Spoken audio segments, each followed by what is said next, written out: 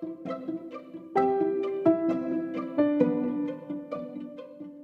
everyone, Courtney here. When we talk about essentialism, the philosophical belief that objects have a set of characteristics that one cannot observe directly that are necessary to their identity, we start to focus on only keeping in our life what is truly essential. And that can be quite a hard task in and of itself. But what about those things that have been stagnant in your life? The projects that need that do or die moment.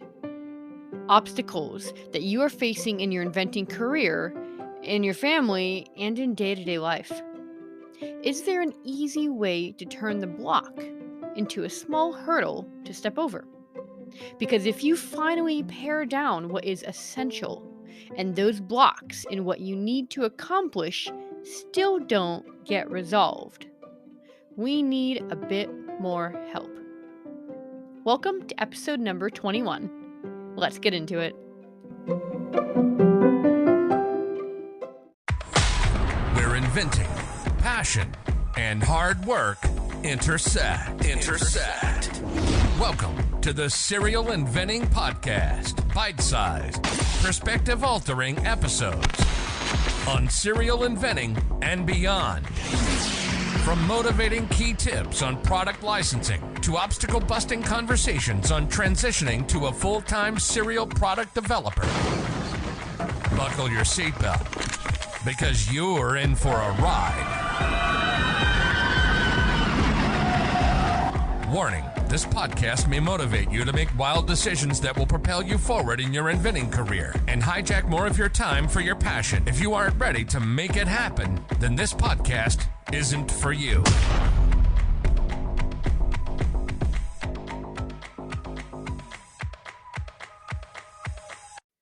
Maybe you have financial difficulties and you are looking for a job or looking to switch jobs. Maybe you are incredibly busy with your family and don't make enough time to work on your projects and they constantly are put off, never to see the light of day.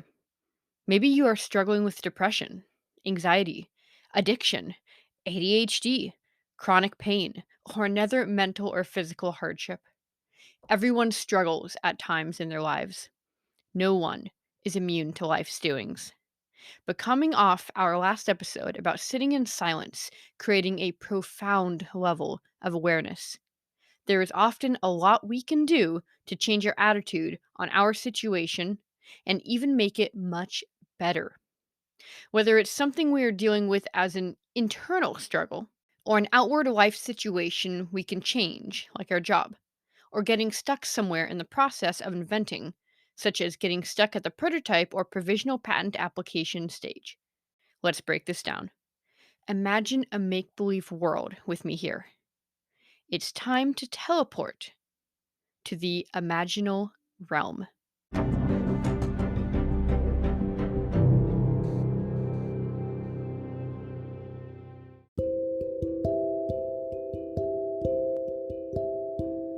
In this make-believe land, the first thing you notice are the vibrant colors that surround you. The sky is a calming shade of purple, with the far above space filled with pinks and the lower plains a powdery pastel blue. The clouds are filled with shades of whites and pinks. The fluffy trees are rich shades of green, and the flowers are a dazzling array of colors that seem to shimmer in the sunlight. As you walk further into this magical land, you notice that the ground beneath your feet feels soft and cushiony, and you can hear the faint sound of music playing in the distance, and the air is filled with the sweet fragrance of exotic flowers. As you continue your journey, you notice the words you breathe life into seem to glow with a bright light, and you can see their meanings shimmering in the air. When you speak out loud, the words seem to echo and vibrate, filling you with a sense of power and strength. Every step you take is filled with purpose and meaning, and this magical land has the power to unlock your fullest potential and help you overcome any obstacle that stands in your way. Welcome to the Imaginal Realm, where your words have the power to solve your biggest problems. In this world, whenever you speak out loud and ask for help, the magical realm hears your plea and sets in motion a series of events to help you find the answer you seek. The realm has the power to tap into your subconscious mind and bring in external factors to provide you with the resources you need to solve it. If you're lost and unsure of which direction to take with an obstacle you are facing, all you have to do is speak your aspiration out loud or write it down, and the realm will deliver information to you to help solve your question. You need not go anywhere, as the land itself will bring the solution to you. The realm is waiting to answer your call and to help you uncover the secrets of your true potential.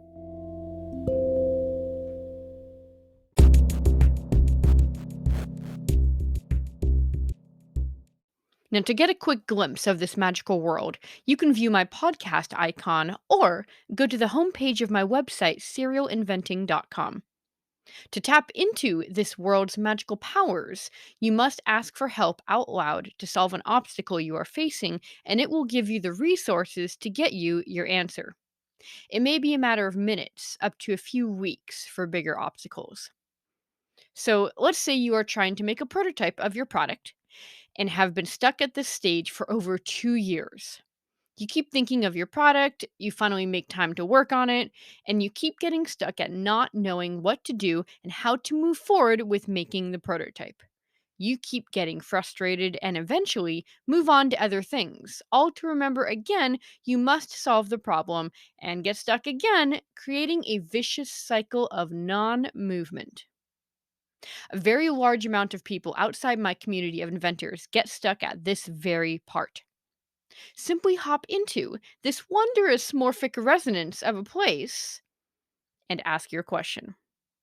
But be careful to get too specific, and you might get an answer that won't help you in the long run. Such as if you ask, please help me figure out what material to use for my prototype. It will give you that answer, maybe, for example, in the form of coming across an article upon scrolling through social media about various materials where you will find your answer. But if you asked, help me move forward with the prototype stage to what I need to do next with my product, well, then you might come across Stephen Key's teachings on InventRight's YouTube channel after binge scrolling YouTube mindlessly and hear him talk about how many inventors use virtual prototypes on their sell sheets and often don't need to make a physical one to get it in front of companies. Feel free to ask the question multiple times throughout the week as well. It can be quite liberating when you stop struggling to find the answer and let go to allow the answer to come to you. The question you ask will help deliver the answer you think you need, so choose your question wisely. Most often, when we ask for help in the imaginal realm, we put more emphasis on attitude over aptitude. And that is part of the magic of how it and the subconscious works. In fact, in Your Mind the Magician, a book by Alan Rosenthal I recommend to my students at InventRight quite often, the author goes into a phenomenal discussion about a magical hose that I will read an excerpt from in chapter 4 as follows. The creative mechanism literally operates like a magical garden hose that can't be shut off. Whatever receives the nourishing water from this magical hose will grow and expand. If the way to point the hose is simply to choose and envision what you want, it behooves you to be more conscious from moment to moment of what pictures you've chosen to expect to happen. At what you are pointing your hose right now.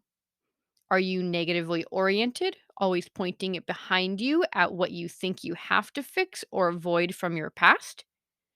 Maybe you don't even know the hose is there at all.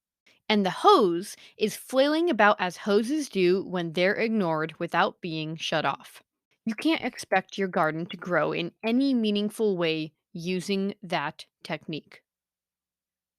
He then goes into talking about the definitions of certain words, including the word hold, as you're holding your own magical garden hose, watering your own thoughts.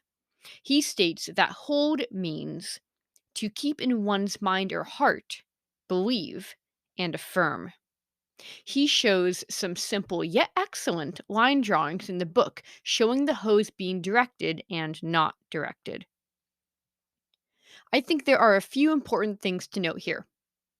Where are you pointing your magical garden hose, or, in other terms, your energy and focus with any given situation? Are you even pointing it at all? And if so, is it at the past in a negative direction, or at the goal you want to accomplish, or the obstacle you must face? Without pointing your intention, the answer is hard to come by that you so desperately need in that vicious cycle you are in. Transporting to the imaginal realm is a good way to get in the right headspace and ask out loud or written down that you so desperately need answering so your subconscious and external factors can help you overcome your obstacle and get some movement again finally. Feel free to go back to episode 7 to learn more about the incredible importance of movement. I've also left the book, Your Mind the Magician, in the show notes. The imaginal realm, as coined by French philosopher Henry Corbin, is the entry point between your ideas and their expression in the physical world. For some reason, when we transport ourselves into a fantasy world, it's a much easier concept to grasp and play in. So, whether you want to teleport to this world or know that it's where you currently live, try saying your aspirations and see what answers you get back.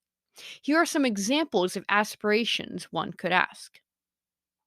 Help me find a better job that makes me happy doing something I am passionate about.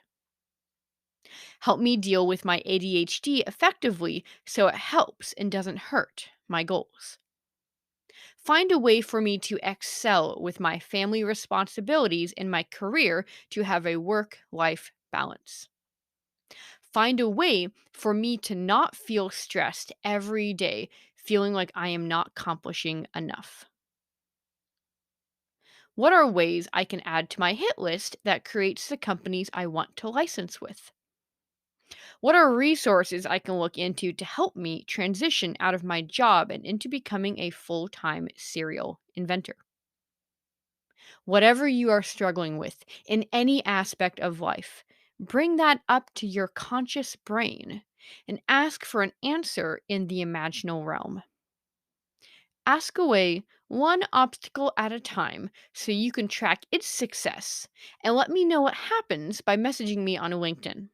It's a bit more powerful than you might expect, so heed the disclaimer in my podcast intro and be ready for the transition you know you need that you might not be ready for. After all, deep down, many people are more afraid of success than afraid of failure. Thanks for tuning in and taking a few bites with me today. And remember, serial inventors don't make excuses. They make it happen. See you soon.